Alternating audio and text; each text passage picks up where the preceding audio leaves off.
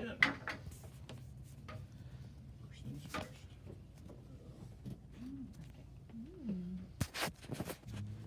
Flip the switch to on. Now it'll start kind of blinking, but it takes about 2 minutes to kind of warm up. It is You can sit there. it's a computer, so it does take time to warm up. So, and you guys have training on Friday, the big training too, I think. Is that correct? Yes. Okay. So this will just get you guys kind of dangerous in the meantime with it. So that'll kind of blink through for a little bit. It just takes a little time for that to do it. It's literally going to take like a minute. So I'm going to hang tight here while it does that. Eventually you'll hear a fan that'll kind of turn on the inside. That's kind of letting you know it's sort of powered itself up there. So that. Yes, Barbara, I saw it And too. I'm going to sneak right under your, just Can you right call them here. because it bothers us? Because I notice all assistants looking now in this hall. How you do it. Yeah, over there. Sticking out at you now. Because we screwed up. In the meantime, they just forgot to put these things in here. Can you hold that for 1 second?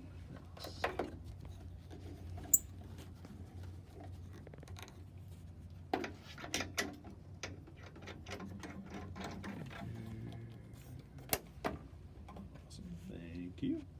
Do we need to wipe it or we have to sterilize it? Between none of this you'll ever need to touch again. This is just the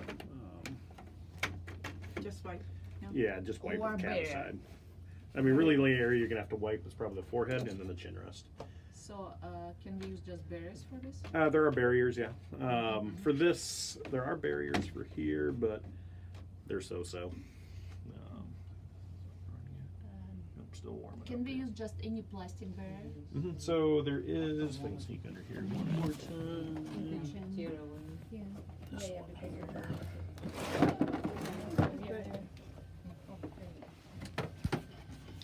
Let's check how So you have bite stick barriers. We'll go Uh-huh. over the bite sticks there. They can hear the fan that turned on up here. You also have chin rest barriers if you want, that they just stick right here. Not many people use them, some do.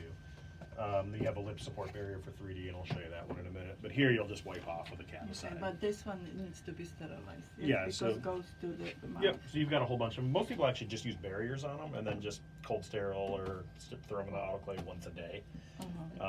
But these have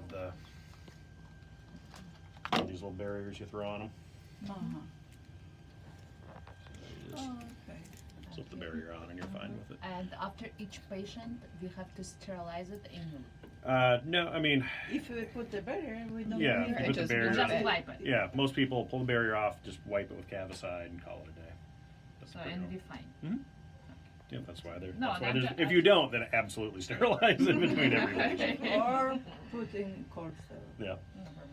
So now that you hear the fan going, careful, this will spin a little bit. It's not going to come at you that much. But there's a little button, and I'm going to take a picture of it just to show you guys here, because it's kind of hard for you to see on that side. So there is a little control panel. It is right here. It has these buttons on it. It's kind of sideways like that. Up and down. You have light bulb is for the laser lights. T is test mode. You don't really have to worry about that. These are not buttons, they're just indicator lights. And this one that's right here, that's the reset button or the home button. So that's kind of the important button that you use a lot. So to initialize the machine, we're gonna just tap it with our finger. You're gonna hear it beep, so it is gonna swing, so if it comes at you a little bit there. Should be all right. Okay, then it's initialized. So nothing else you need to do to warm that up in the morning, but you do need to do that in the morning. So you can notice it does take a couple minutes to do. Come just power the machine on right away, walk away, go do something else. Then at some point come back and hit the home button to re-initialize it and get it going. Easy there? Cool. Now you guys are Dexis users, it looks like here. So you do open Dexis here. And it's probably a test patient. Do you guys have a practice management software you use to or no? Yes. Dentrix. It doesn't look like they put Dentrix on here for you. No, we don't have a dentrix. Oh, okay. Curve? Okay. Does Curve talk to Dexis and the other operatories, or? No, No. they're So, separate. so you do have to enter in Dexis's info every time? Got it. You Okay. have to pull it separately, yeah. Gotcha. So you guys know how to enter in the names in Dexis, obviously. So once you have Dex, I'm trying to see if you guys can see that a little better. Dexis is still closed platform system. Dexis talks to most practice management softwares. Dentrix, EagleSoft. As far as sensors go, you can use Gendex and Dexis sensors into Dexis itself, so you have options there. So just two of them, yeah. Yeah, really just two of them. There are ways to use other ones if you wanted to use Schick in it. Their workflow's pretty terrible, but you can use it, but it costs you like $2,500 to even just allow it to go into it. So I just use Dexis or Gendex for the sensors. I'd recommend that. They're all really good. So the one thing you need to make sure you have here is man for pan. So whenever you're taking a pan, you have that little man symbol. I'll take a picture of it. I know it's kind of hard for you guys to see.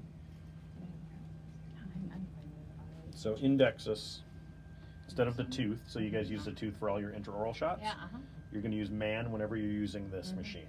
So man for pan. And then all the way across there's the radiation symbol button. Same as how you activate your sensors. You just tap that once. Now that launches the connection to here. It'll say select device, connect it. It does it all automatically, connecting. When it's green with this check mark, it's ready and it's connected and talking. So then the control panel pops up here.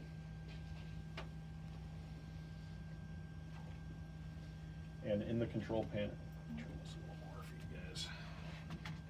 you can move this thing. Oh, you sure, know, no. yeah, There we go. You guys can see a little better there. Hand in hand, got it. Yep. So man pan, always remember that. This is good, yeah, it's like. Exactly. Yeah. Okay. It's like in a room. So when you're in here, you have a couple choices. You have, I can either take a panoramic or I can take a 3D. So you just decide which tab you want to go for. So for pan, you have a few choices in the 2D panoramic. You have adult pan, you have child, you have bite wing, and you have TMJ. The bite wing, don't throw away your sensors. Gaggers, tori, somebody that won't tolerate the sensor, it's a nice backup for you. 6.5 line pairs per millimeter. Your sensors are 22.5-ish line pairs per millimeter. So lower res, higher res with the sensors, but something's better than nothing. It's kind of my theory with that. What about whitenings for kids? Mm, The kids same actually works pretty resolution? good, yeah. The same. I have 2 little kids and they hate putting plates or Yeah, we sensors in have their mouth. this, Yeah. Use this. It's They're something actually to pretty be- good with kids. It's, they got to be in the machine for 9 seconds, then it's done. So it's pretty easy. And it always does give you a sample image down here. So if I change to child pan, it shows the physically smaller child pan film. If it shows to bite wings here, gives you what the extraoral bite wing looks like. It looks like a vertical and a horizontal in one shot. But my question is, since if we would have a child for this particular application, we have to go down with exposure, right? Yep, so you pick patient This- size, small, medium, Uh-huh. large. Okay. And You're what ahead of the game. was the smallest, Yeah. the smallest one? Yep, so small, Okay. medium, large. And once you get to large, if you ever need to up the KV, if it's somebody with really dense bone, you can really crank it up. You probably don't ever need to go that high. The presets are pretty good in it. But if the images are a little light, then you might need to bump it up 1. Or if they're really dark, you might need to bump it down 1. Personally, I like going up with the MA first before the KV a little bit. It adds a little more if you're really close anyway. Think of MA as kind of a smaller little contrast adjustment. Think of the KV as more of you're hitting it with a hammer, it's going to hurt a little bit more. It's not as much finesse in it. It's a bigger jump. It's kind of the easy way to think of it. So generally we have to keep this one as low as possible, and we have to play with MA if we can, yeah? Beauty's in the eye of the beholder, so find what you like. You might like something better than the dentist around the corner, so that's why that's why it's adjustable. How about And- the letter T? That's test. So if I ever want to operate the machine without actually shooting any radiation, I just highlight test mode like this. You'll notice when I hit test here, here, I'm going to hit the home button once. It'll give a little spin here for a second, but it'll give me a note down here, ready for Ready to- test. For test. So if I did that, it'd spin around, it wouldn't beep, and you'd be like, where are my images? The idea is like if you have a kid that's afraid of the machine, or you want to show somebody how to Practice. use it. Yeah, exactly. Or if you just need to run it for not shoot anything, you can. But Uh-huh. you'll probably never use that unless you had a kid that was afraid of it. You can see now it says ready for bite wing because I've unclicked the test. Again, it gives you that sample image there. You have a TMJ shot for 2D too, so it shows you what that looks like. So it also kind of idiot proofs it for you guys. So if you're like, hey, I'm trying to take a pan and it looks like that, you know you're taking the wrong thing. So as adults, we like pictures. It's much more helpful to us. The other thing you can do here, so I mean, you're going to be in pan 95% of the time. You can also turn sections of it off if you wanted. So if I wanted to do just a left pan, you could. You probably never would, but you could. But you can see how it grayed out the areas there. One thing that people occasionally do use this for, similar to a bite wing, you can take an interior PA shot with it. So you might, every blue moon, do that. But If Tori or something. yeah, it's just somebody that's so terrible. Get what you can get with it. What about radiation? Yep. If we choose just one segment of this, It's less. radiation automatically moving down. And the machine will still beep all the time as it's going around, saying it could be shooting radiation, but it's not actually shooting radiation at the time. If you actually look, see when I turn, this is your radiation. You can see when I click these on and off, it's lowering the amount of exposure with it, and the time as well. It's not the time of the shot. The 5 seconds or 4.7 right there is the time of exposure. So, or the time that it could expose, because it actually pulsates as it goes through, so it's a lot less than that, but it's still active during that time. If that kind of makes any sense. It's nothing you ever need to worry about really, but the less shot you take, the less exposure you're gonna have. So if you go to bite wings here, we're at 51 microsieverts. Now it jumps down to 19. So it is pretty significant. Questions on that at all? That's pretty straightforward of just picking what program you want to do with it. So we're going to do pan. Okay. Again, always look at the bottom. It lets you know, this is kind of your menu here that tells you if you're doing something wrong. The arrow? That'll close the screen. It's the same as like the X bot mark right here. So now to move it, everything is heat sensitive with the thing. So there's no like buttons like this you kind of push down and it has a tactile feel to it. This control panel here it's glass. So if I want to move it up, you start always in the middle. So I'll show you this picture again. Kind of what I'm doing.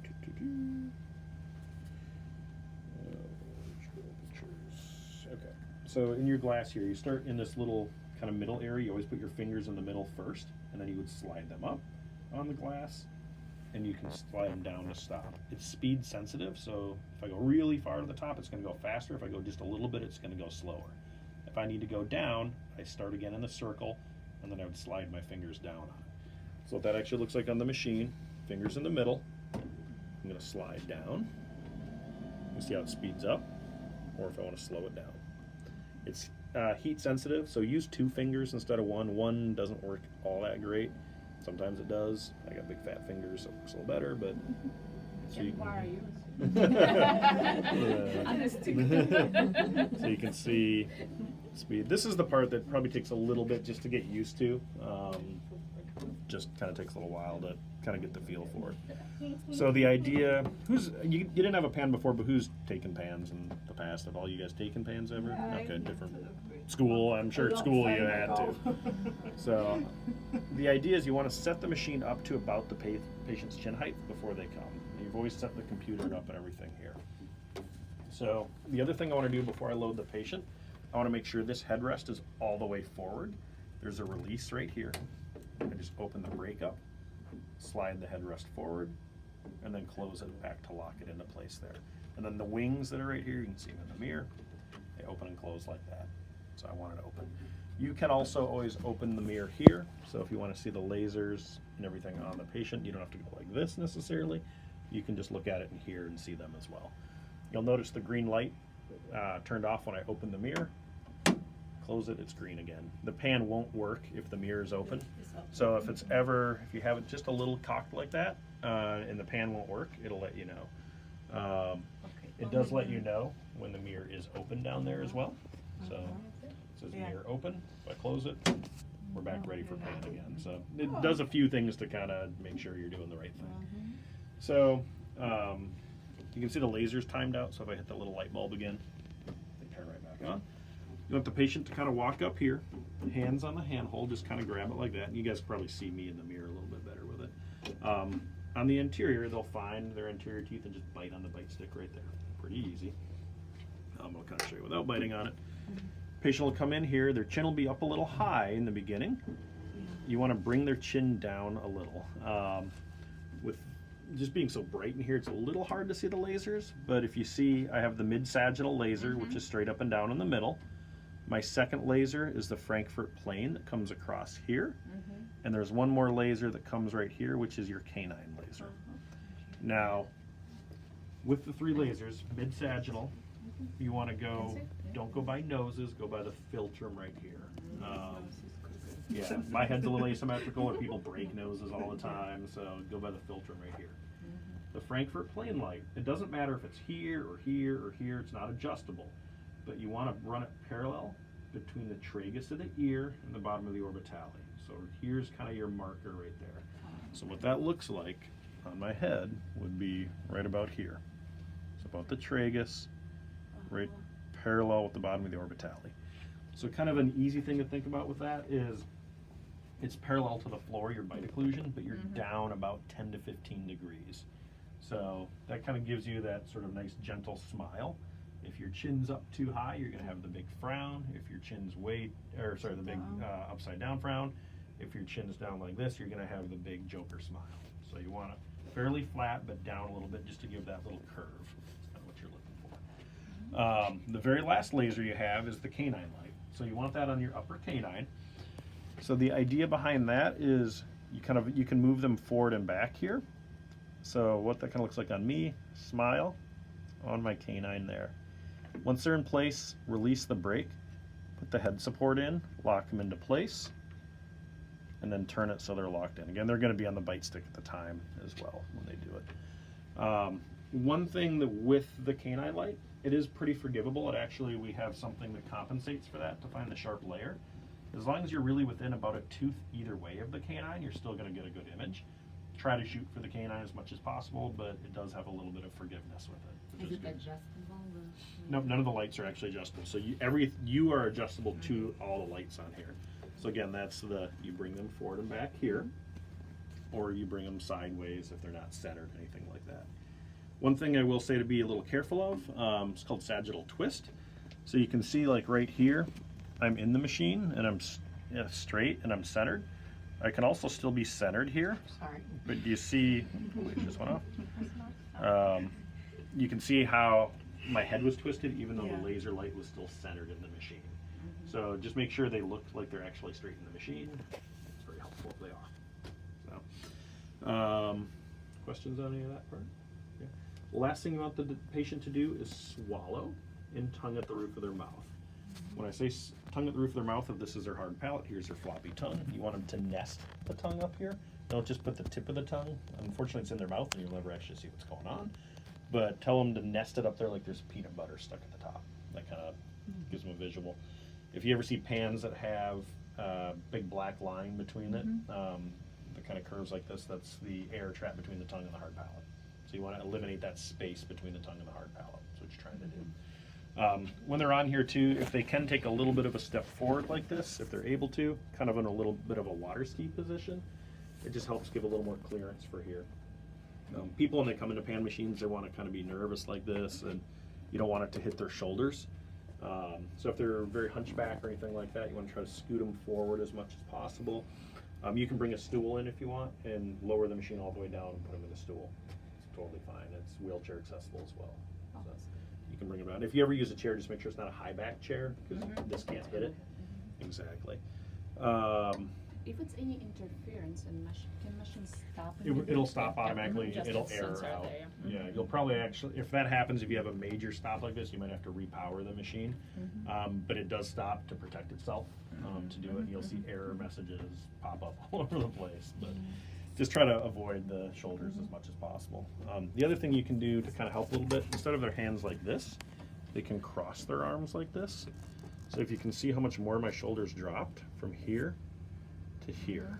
I'm a little more tense like this, but if I cross my arms like this, it automatically forces me to relax and suck my arms in like this, therefore lowering the shoulders at the same time.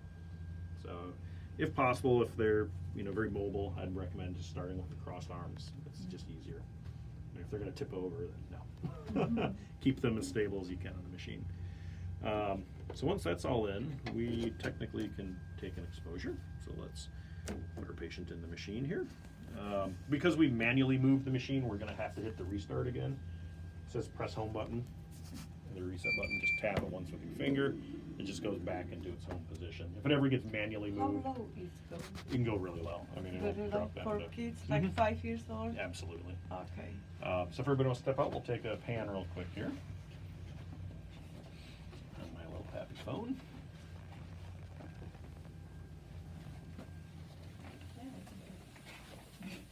You have to move there. Where's the exposure? Oh, yeah. Okay. Yeah. Is it test or is What's real? This is real. Real? Yep. So hold the button down. Okay, you have to Oh move my here. God. There. They- Yeah, all of you. You're 5 feet away, you're fine. 5 feet is I don't know. You measure everything. and you're behind drywall. And which- we have I know to we hold behind this. everything. Yeah, everything's built in there. So you need to hold the button Hold. down all the Okay. way. This will stop beeping. We're still gonna hold it down and listen for this. Oh, If you hear right here, okay. You can Those see beeps? it actually. I am done, and then you can release the pan. Hey, that's pretty cool. I've never seen that. So after that, then you can remove the patient Because from the we machine. used to play this. I don't know how you can Oh, yeah. So we've removed the patient. I always recommend just tapping the reset button, Or it's gonna shut down. the home button, to bring the machine back, just because, watch yourself there.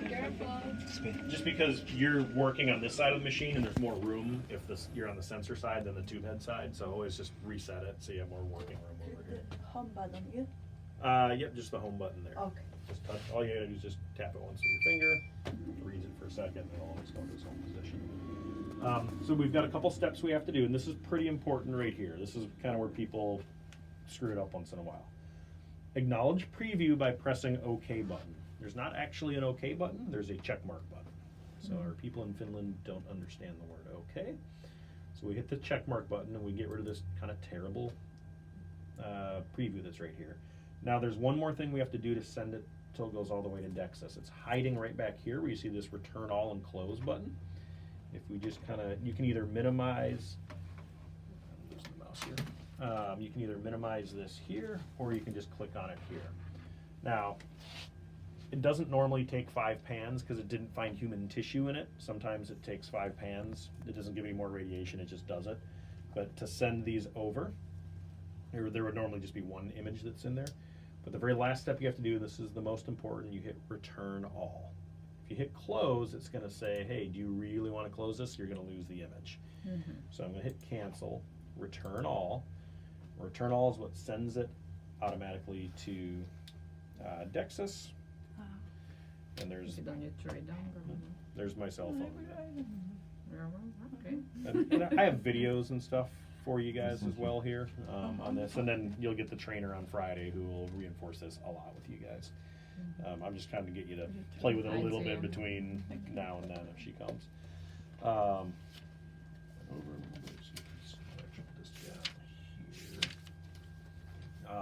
Now it's in Dexus, so if you open your test patient up anywhere else in Dexus, it's in there across your network. Questions on any of that? The big key is return all at the end. So just make sure you find that part. I'll give you a quick little intro to 3D side of it. So 3D, you set everything up. You always set the machine up the same no matter what. So whether you're doing bite wings or 2D or 3D, still the same activation.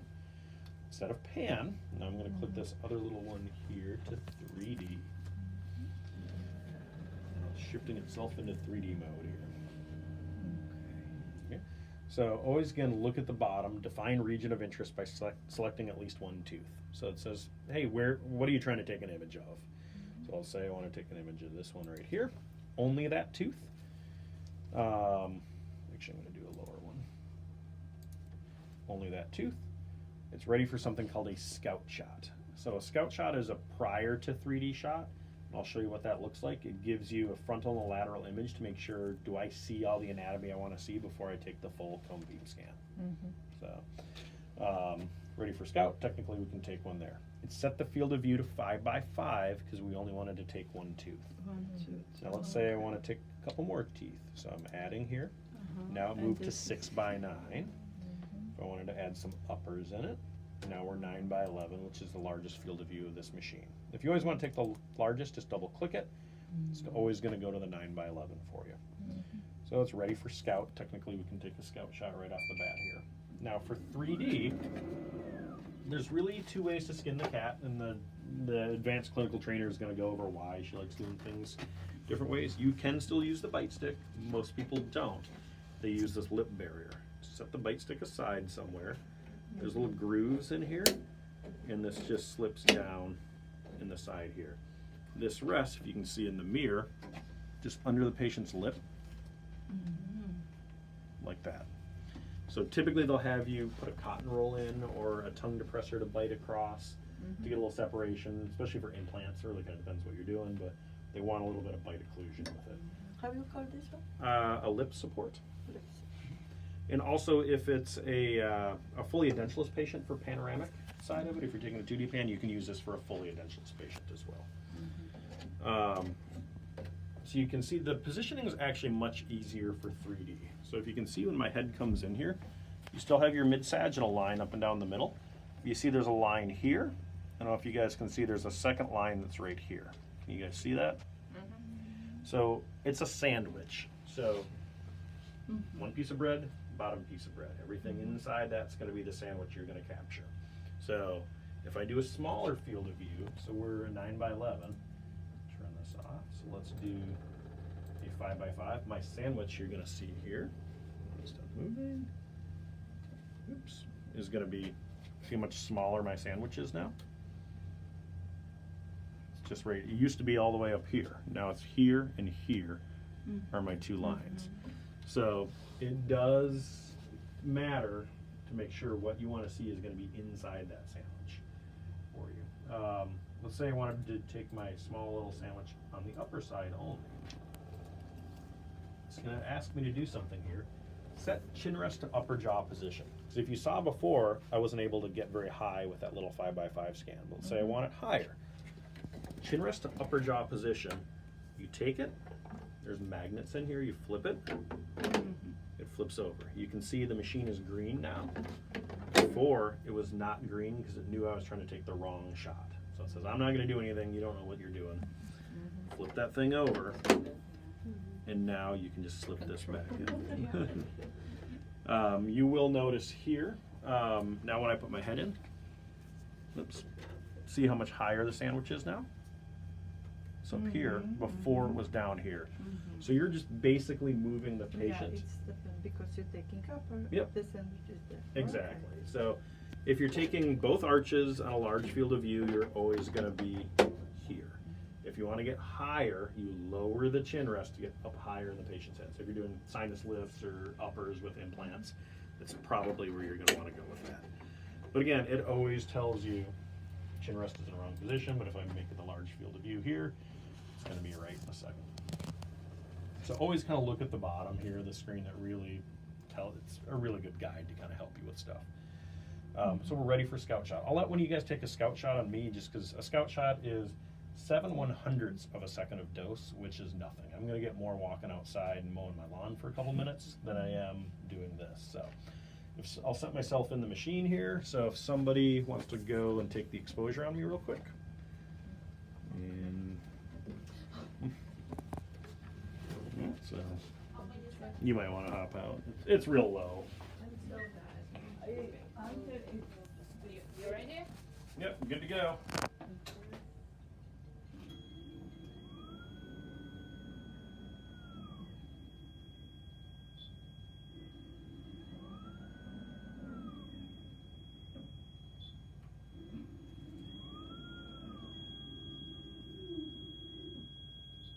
That's it? No.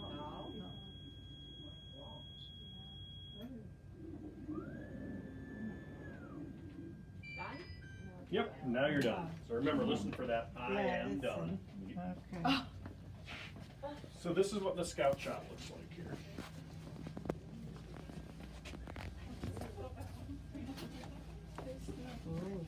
Not So- clear. Exactly. It's very low resolution. All we're trying to see is, hey, do we see the anatomy that I want to see for this? Yeah. So if you look here, again, How many trainings per day you have? it depends on the day. Today just Same one. day. Today just one. So, yeah, I don't take pans or cone beams on myself, but the scout shot, it tells a good story with almost no dose. So you can see here, again, low resolution, but do I see the teeth that I want to see? And is it in the right position? If it's not, the patient stays in here. We're not ever going to move the patient. We're going to tell the machine to go somewhere else. So let's say the image was like this in this box. Say we really lop their anterior off. All you do is you grab that image and you drag it back and you tell the machine, hey, that's where I want you to go later. This one here, see how it's a little off center here? I can center the patient in that box like this. All it is click and move. So if they were way off like this, I just tell them, hey, I want to bring it and center you more like that. That's all you do for the scout shot. Pretty easy. So you're just, again, you're not going to, unless they're grossly, in some just crazy position, chances are that'll never happen. You can just make your fine little tune here. With a bigger field of view, it's not as important, but if you were taking a 5x5 scan for endo, it's a little more important because you're playing in such a small area. You just want to make sure you see that in the box. The other option I have here, if I want, I can collimate it down at this point. So if it's taller than I want, if I want to lower the radiation, I can just bring it down. If I just wanted to see the lowers or whatever, you do have the ability to shorten the scan at any time like that as well. So you see when I do that, we're 9x11 now. Yeah. It'll change. Yeah, there we go. 7x11. So you have 1 millimeter increments you can lower the scan by, which is pretty unique. Very last thing we need to do is we're just gonna hit. Return. For this one, Click. we're just gonna hit the check box here first. Oh. A scout shot, we're gonna go right into a cone beam scan. Because we bumped it here. I gotta press the home button. Normally you wouldn't have to hit the home button, you just hit that and it would say ready for 3D, which it is right now. So technically we can take a 3D scan. So let's go ahead and do that on my phone. So we'll throw a patient in again here. All right, and let's hop out and we'll take a 3D scan real quick. Okay. But this will be the same size. Yep.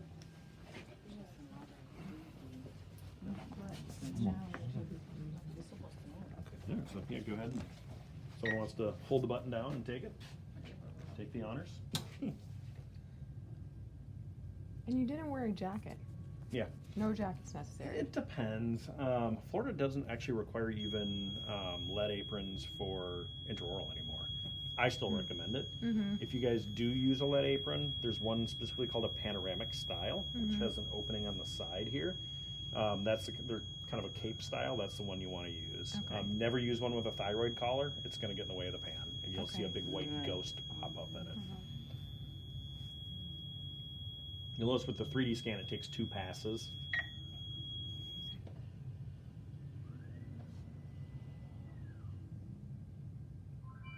I am done. Release. Okay. Perfect. Remove our patient. Now 3D does take a lot longer to.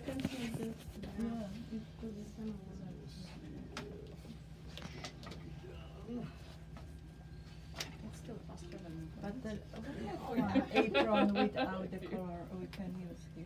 Yes. For a pan though? Because that one doesn't just go over like a regular. Yeah, if it's just a front one, it's hard because no one can like clip it in the back. You need almost like a carabiner to put in the back, and you don't want metal in the field. Yeah. Like Henry Schein sells house brand ones for a couple $100 or something that are pretty You good. can buy from Care. We have like 1,000 points from Care, so maybe we can Okay. just Yeah, use them. Ducks Dental makes a nice one. It's a lot of Rin them, makes so- a nice one. There's a lot of ones. But you're Yeah. saying How that long it's it should not be? necessary, just more for the patient. Probably I would feel have one comfortable. because you will have patients that will specifically ask for it Oh, no matter exactly. what. That's what I'm So, wondering, yeah. Yes, And they will- ask. people will refuse Yeah. to get anywhere near radiation generally sometimes. So. And they will ask about the laser Mhm. lights. it's okay for the eyes. Yeah, or they're not something real to- lasers. Like, But yeah. okay, but just lines. Yeah, they're Yeah. they're a Laser. real. It's a real low dose laser. I wouldn't sit and stare at it forever, like any light, bright light, but it generally shouldn't be in the field of their eyes anyway. So unless they're kind of misshaped. And 3D does take a little longer to process than 2D. Again, acknowledge preview by pressing OK button. It's always a very terrible preview that it gives. Hit the checkbox, and again below down here we have the 2 scout shots and the cone beams. The cone beams kind of look funny, but we hit return all. We need to send that to Dexys. Now this is what your cone beam scan looks like in Dexys. It's just going to be a weird looking black square. To open it, we're going to click on it once. That launches in Vivo, which is the 3D program. So from here is a cell phone in 3D. So you can go through all the little slices here, so you can see inside my phone. that's pretty cool. And the phone is all metal, so there actually isn't a lot of scatter. We have a really good algorithm that pulls a lot of this out, but you can look at that in 3D. Let me dump a test scan on here and just show you what a real person looks like.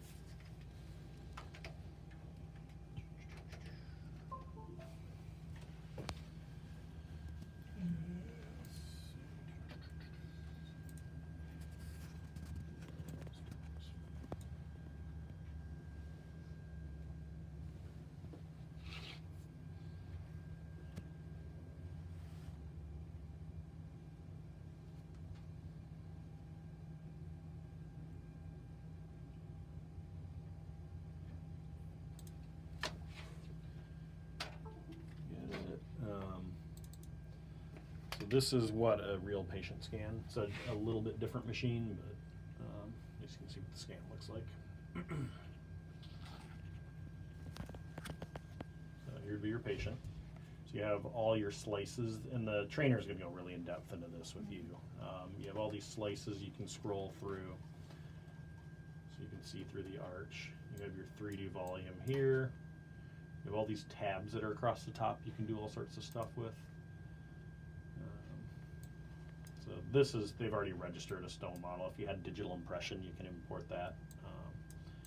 But you already done that on this scan. But I can change it to bone right with a click of a button. Soft tissue. Sometimes you change the brightness, and like any image, you can play with the brightness and contrast some. Arch section is where you can map nerves. You can do all that. Just kind of scroll through. You can always have pull a pan out of here if you want. It's not as big of a field of view as a traditional 2D pan, and it's not going to be as good of a quality of it, but you can kind of adjust it a little bit and play with the pan some. If you want to take a pan, take a real 2D pan. 2D pan is what I'd recommend. Similar, you kind of have a Ceph mode. It's not a full Ceph size scan, but you can kind of play with it and look at the different views of it as well. Implant planning, so to place an implant in, it's as easy as drop and drag. You have all these screens to make sure you're on it. You have to play with it. Yeah. And the trainer's going to go, this is, Yeah. I'm just kind of showing you guys, this is really why the trainer does most of the stuff with you guys. So you can put the implant in. I can You have a different system. Mhm. Yep. Is there one that you're using at all, or About horizons. BioHorizons? Right. So you just find BioHorizons in here. Okay, perfect. Yep. And then you have all your sizes in here. So you can make it really fat. I can make it really long. So full libraries of pretty much every manufacturer. There might be a few that are kind of not in And there. they're updating it automatically, yeah? Yep, it actually has auto updates on here, which is pretty cool. I can change this to bone density. So red's bad, green's good. So you know if you're in good bone or not. So you can see down near the bottom here, our bone's not as great. But up here it's a little better. Just kind of have some choices there. I can always add a restoration on here if I want. I've already imported this full stone model, so I can't really do it on here. Airway I can do. So you can map airways.